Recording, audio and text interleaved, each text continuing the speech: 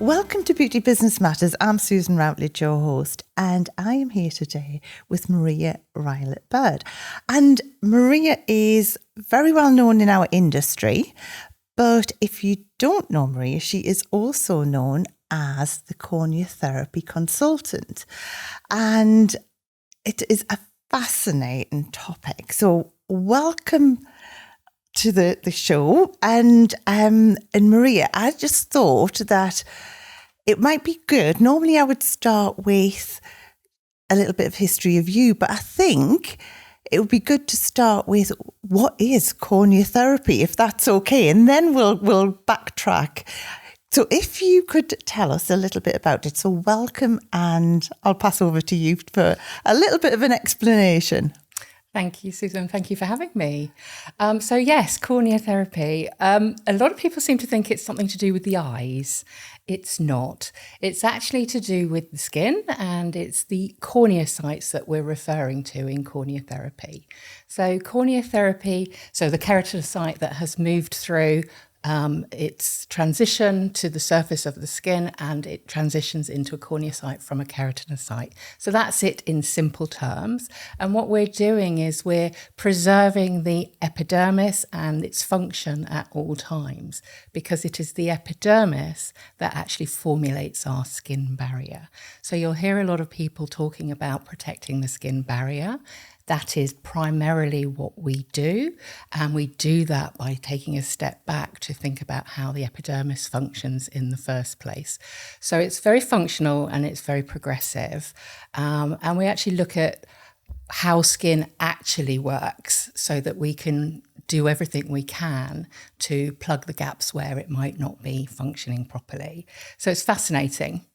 Because it is a bit of a buzzword, isn't it? Protecting the barrier now. It's like everyone's talking about it, but I think quite often someone doesn't really quite understand exactly what it's about. And that is, you know, the thing is that it now I know more about it, makes perfect sense. But until you started talking about it, really, I'd never ever heard. Like, you know, yes, in general, sort of learning about skin, you do learn all of like your skin health and things, but then putting it in perspective of like how corneotherapy works does put a different perspective on a lot of the treatments that we're performing and how we're doing it, and products as well.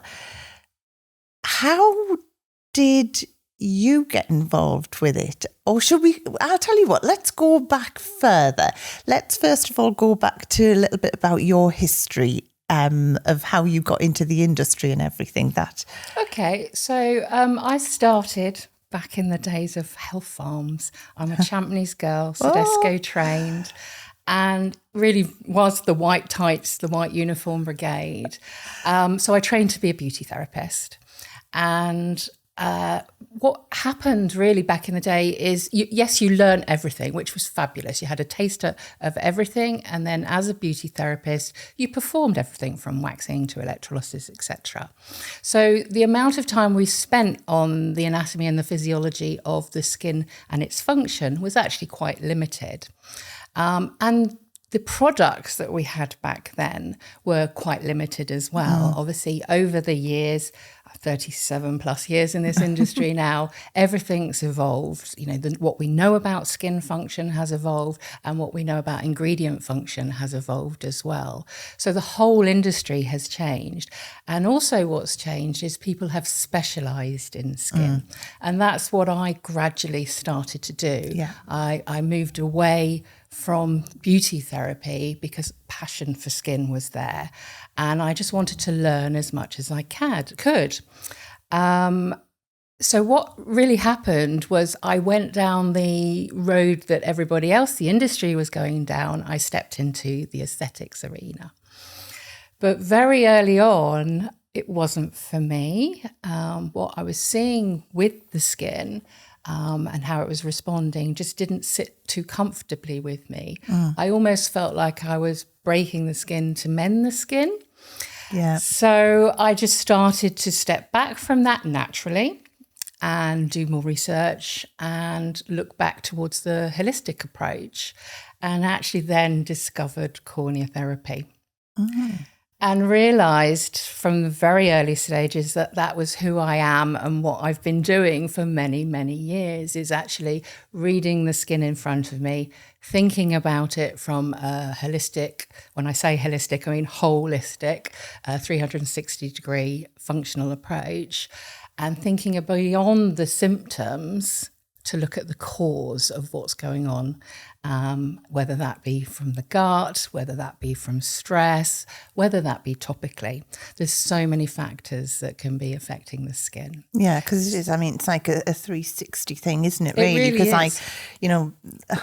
And I think treatments will only ever do so much. It has to be like that whole approach, and Absolutely. and it now it does seem to be moving generally more towards that, and there's a lot more about gut health and wellness and everything, rather than just being like treatment focused kind of thing. Well, the thing is, if you don't solve the problem in the first place, you're never going to get on top of the symptoms. It's just like putting a sticky plaster. Yeah. Absolutely. So it really is just taking a step back and thinking, why? It's not just about how we treat something, it's about why we need to be doing it in the first place. What are those influences? So it opens up this whole can of worms to the sort of prescriptive world, really. And yeah, I fell in love with it. And that was the start of my journey to where I am today. So who founded Corneotherapy, and where was it founded? So Albert Kligman, back in the 60s, you might have heard about him from retinol and his research with vitamin A. So he did some research with moisturisers and realised if we actually protected the skin barrier and gave the skin what it actually needed to function, then we can dissipate an awful lot of symptoms. So that was the starting point. And then over the last 60 years, we've evolved, the science has evolved, and we have our own association that was founded just over a decade ago by Florence Barrett-Hill, who you might have heard of.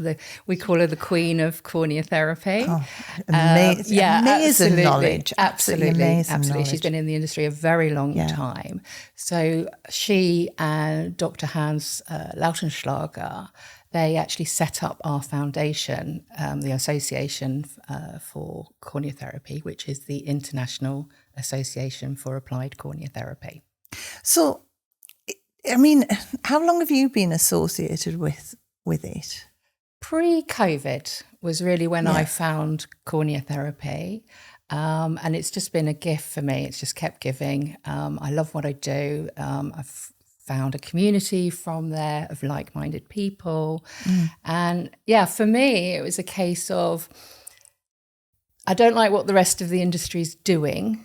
I'm standing up for what I believe in. And I've got to the ripe old age of 55, and it's a case of, well, am I going to just sit and listen to the nonsense that's being spouted by some of the industry? And let's face it, there is some nonsense. Or am I going to stand up and be counted? So that's what I started to do. I started to put my head above the parapet and think, well, actually, let's start educating people about how the skin actually functions. Let's go back to the science and let's support people in their journeys to improving the health of their client's skin. Amazing. So, and obviously now you do that through, you have your own program as well, but as well you are now, I love the title that you've got in the association, it's the Madam Chair. I am. I'm not quite sure how I ended up here, but it turns out when you put your head above the parapet, good things can happen. So yes, I became a bit of a voice for corneotherapy in the UK. We're very much behind the rest of the world. Australia is the leading force, I would say, followed by America. So I really was trying to escalate that in the UK. And yes, from there, I mean, obviously I was a member already, but from there that was recognised and I was asked to put my hat in the ring, which I did. And yes, I went to Potsdam for our symposium in May. and I came back Madam Chair, which is a little bit surreal. I just love that title. It sounds very grand, doesn't it? So yes, part of what I'm about is trying to really spread the word about corneotherapy, and that's a global audience. And I use my voice, and I'm helping us strategize the future of corneotherapy around the world. So yeah, I feel very well placed at the moment. So, Madam Chair, is that it as a role? Is it spreading the word, or is it more involved than that? What does Madam Chair do? So, as I say, our association, we're very science-led, so we have a scientific board, we have an education board, and we have an executive board. So I oversee all those boards. But for me, it's about bringing our global community together. It's really important for me. Personally, people are really important. So I think bringing that community, having that central voice, and people feeling part of something, because as you said at the very beginning, not a lot of people know what corneotherapy is. So we need to be community facing, but we also need to be public facing as well, because we truly believe that it's the right way to treat skin. Because this isn't a sort of part of our standard curriculum in training in skin, is it? No, it goes well beyond there. It's much deeper insight into how the skin functions. We learn really one-dimensionally in college, and as I said previously, we're learning everything as a beauty therapist as well. Yeah. And in the UK at the moment, you can't learn skin therapy per se. And if you evolve your way through the levels, actually it's more to do with the treatments that you can offer, less about the anatomy and physiology. And historically, that anatomy and physiology has people have seen it as the boring part, the tick box exercise, but it's fundamental to what you actually do if you want to specialize as a skin therapist. Sadly, I've come across so many therapists who really haven't joined the dots about how the skin actually functions. And they're treating the skin without actually having any justification for what they're doing, because they don't fully understand what they're doing. So, and what are they doing? So obviously, it's about protecting the epidermis and everything. A lot of treatments, once you've broken that barrier, what are the implications of that? Then obviously, your skin then goes into like a healing response kind of thing. And once over, that was thought that would be good because your skin's regenerating. Yeah. So how does this work differently, if you just explain a little bit more? There's a lot of emphasis in this industry about speeding up cell renewal. And actually, if you take away those top layers of skin because it's dead, so to speak, that actually you're helping that process and you'll get this beautiful, young, fresh skin underneath. And that has been the narrative for a very long time. Yes. But actually, when we look at the function of the skin, those corneocytes that we mentioned at the beginning, yes, they've become anucleated, so they are dying, but they're part of the stratum corneum, that top layer of the skin, that layer that we can see, but they still have a very vital part to play right up until they've desquamated, so they've naturally fallen off and they've landed on the floor. Right up until that point, they're still very much part of a functional process. So to remove them is almost nonsensical, if you like. And when we talk about speeding them up, potentially we're preventing the strata of the epidermis from laying down that barrier properly. Because if we speed it up too much, it doesn't have the opportunity to do what it's supposed to do. So that's where I talk about justification. I'm not saying hard no's to things, but what does the skin in front of you need? And if you can't justify the action, then maybe the skin doesn't need it in the first place. Yeah. So it becomes it puts the power back into the therapist's hands. So, brands, modalities, the trainers, they're not in the room with the skin. So we're putting that knowledge, that education back in the hands of the therapist so that they can make the decision on the day based on what they see and with an understanding of how the skin works. So it becomes a really powerful tool. And when you love skin and you love to get holistic results, having that knowledge and that understanding means you get much better long-term results. Yeah, and which is what every client wants. And this is the thing as well, because clients, they have access to so much knowledge now as well. So, I think our industry, it's great that when you do your initial training, you learn about everything. And I always think that it's so great that then you can just take one element of it and turn that into your career.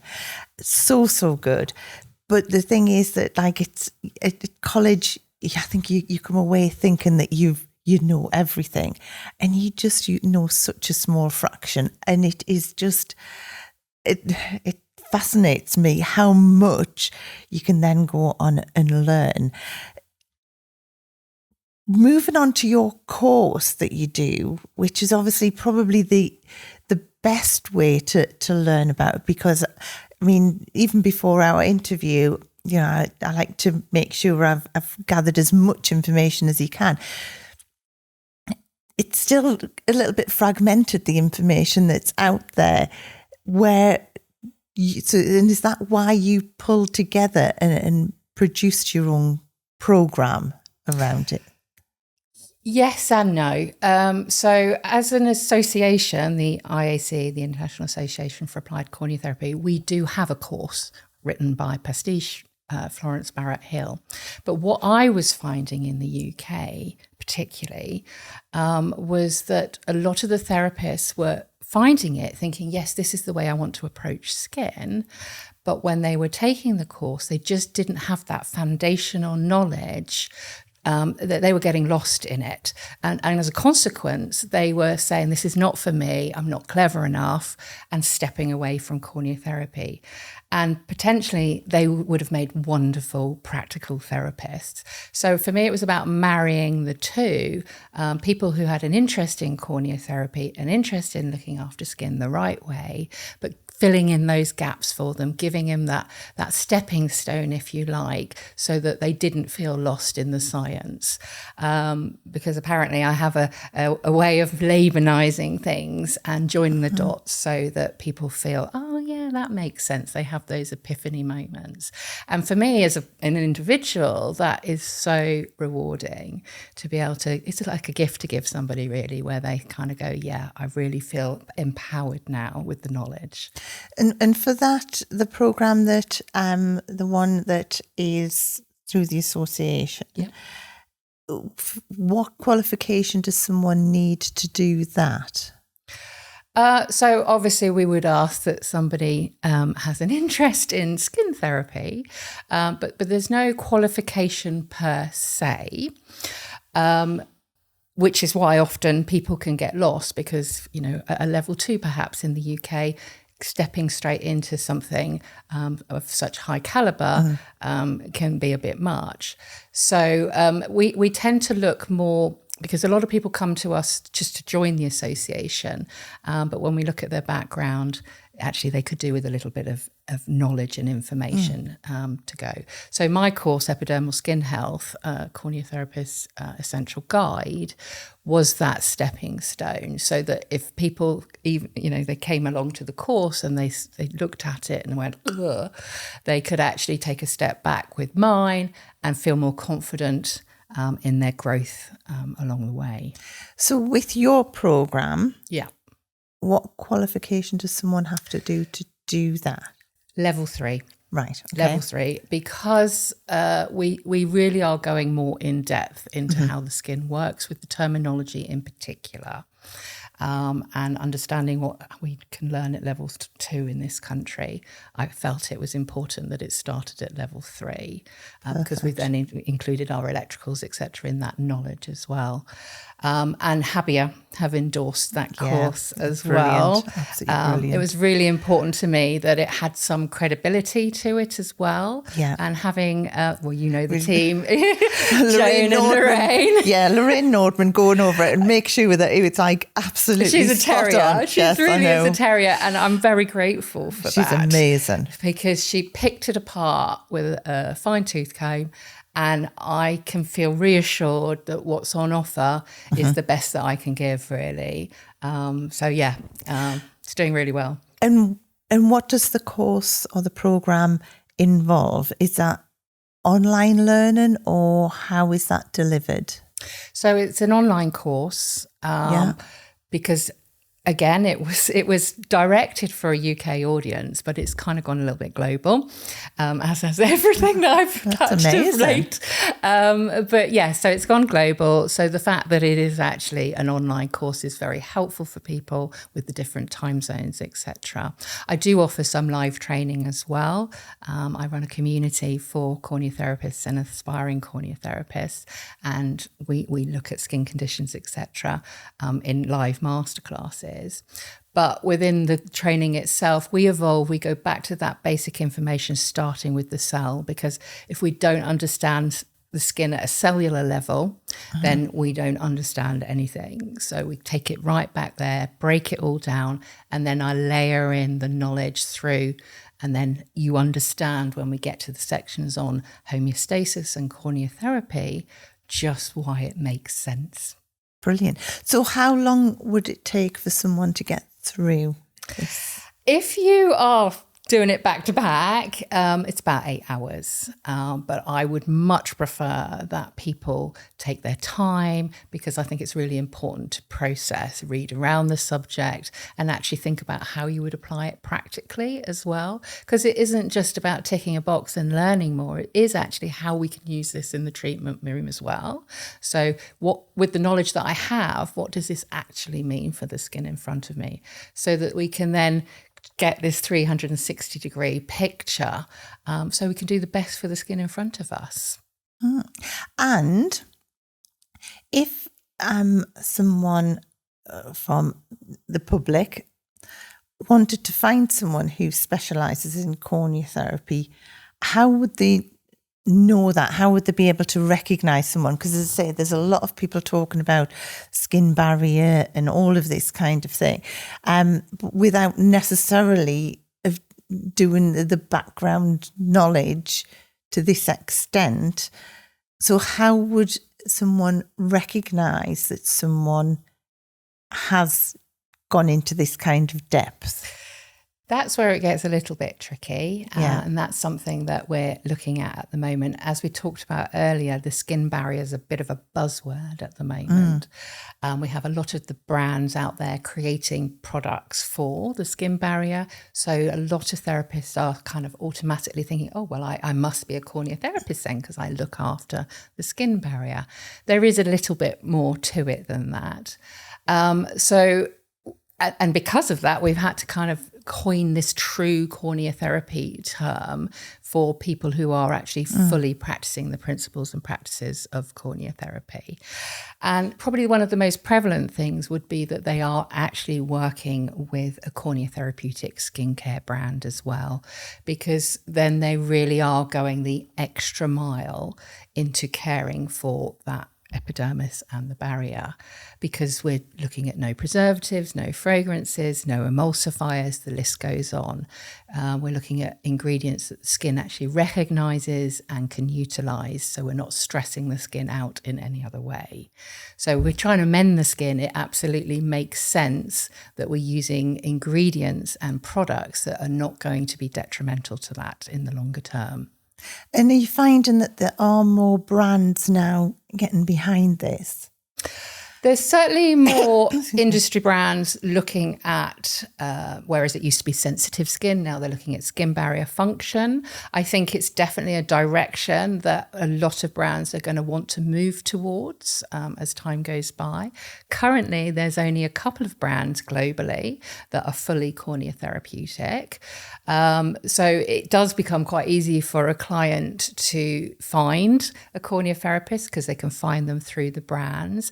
But that's kind of the wrong way round. From my point of view, I'd like it to be that the therapists find corneotherapy first, get the knowledge and understanding about skin function, and then look for the brand that's going to be suitable because they have the knowledge to understand the functionality of that brand in the first place.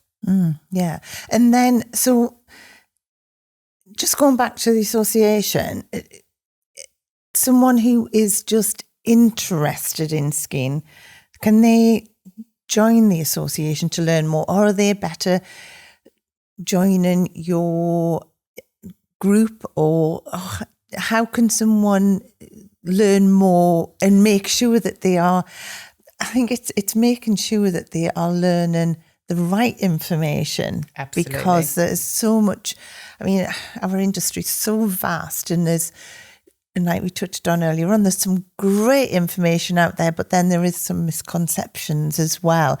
And I think especially for someone who's new to it, it's sort of can get very, very confusing on what's right and what's not, kind of thing. And I mean, obviously going for like Habir endorsed and everything like that is a great way to get that recognition. But as I say, for someone who is just wanting to learn more, to see whether they want to go further into it, what's the best way for them to learn a little bit more and think, yeah, this is me, and I want to go big style into this.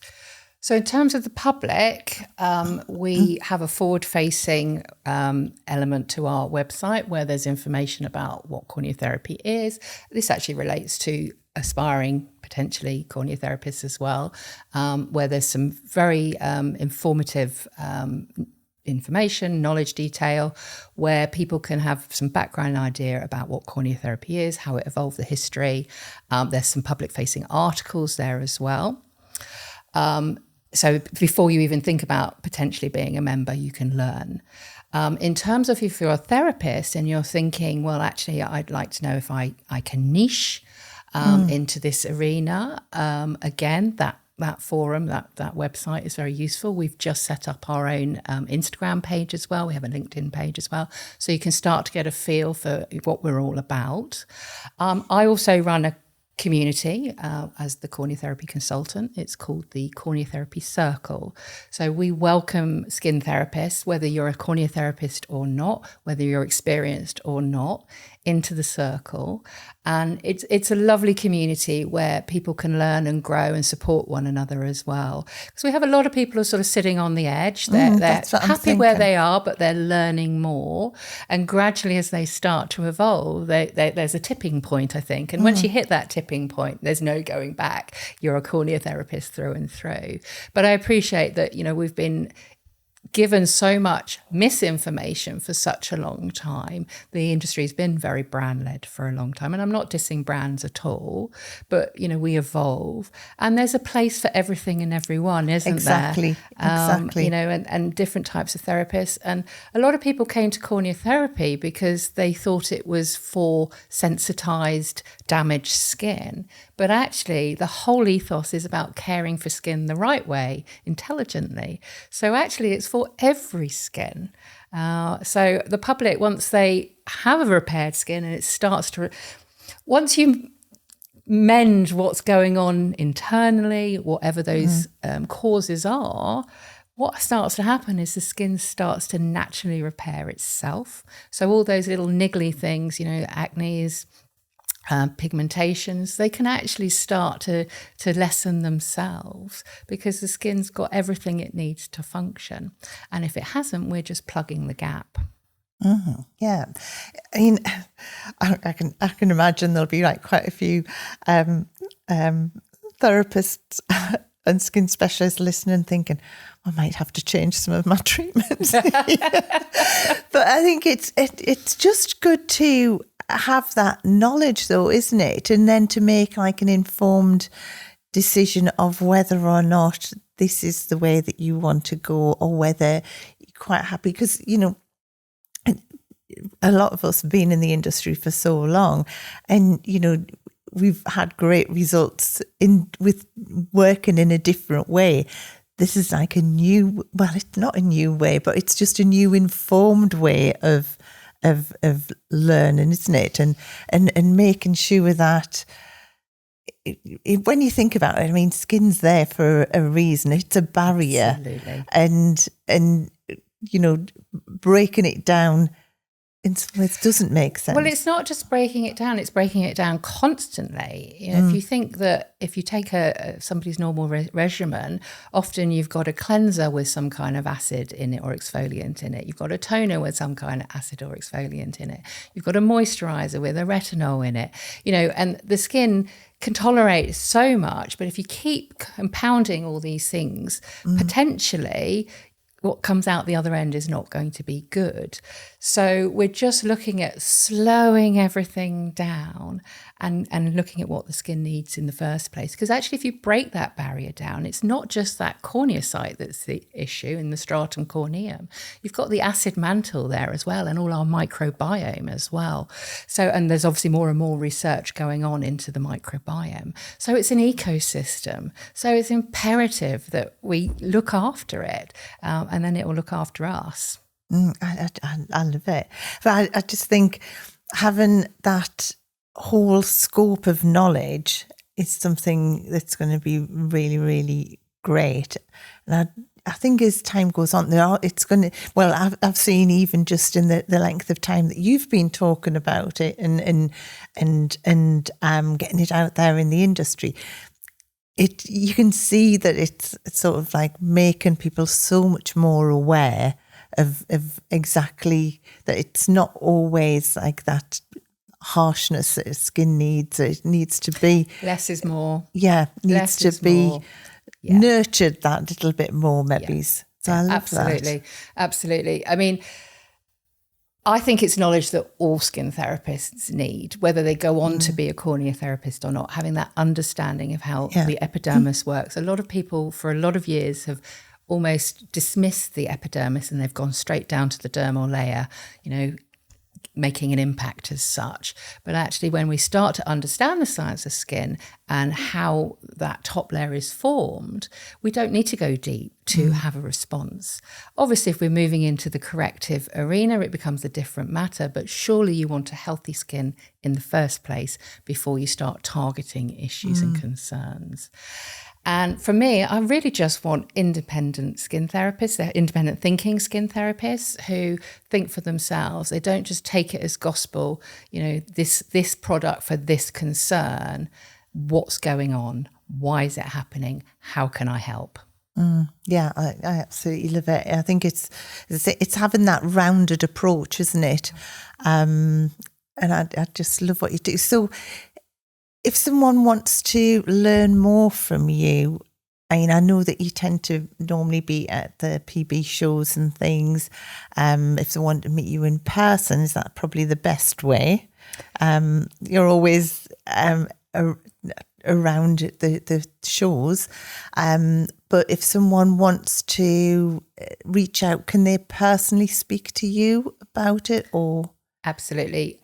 So yeah, I love a bit of networking, so I'm always at the shows. So I'm very personable. I think it's really important that people can speak to people. People is everything that I do. So I am more than receptive. If people want to reach out to me, they can find me on Instagram, the Corneotherapy Consultant. They can find me via my website, the corneotherapyconsultant.co.uk. And as I say, I am more than happy because actually people having those conversations and exploring is what it's all about. So I always say my door is always open because it really is. Oh, Maria, it's been so informative. We will put everything into the show notes as well. But, I think this has just given such a great insight into, I hope so. and as I say, I think a lot of people see corneotherapy but just don't understand exactly what it means. So thank you so much for taking the time to come and explain everything, and long may it continue with all the great work you're doing. Thank you, Susan.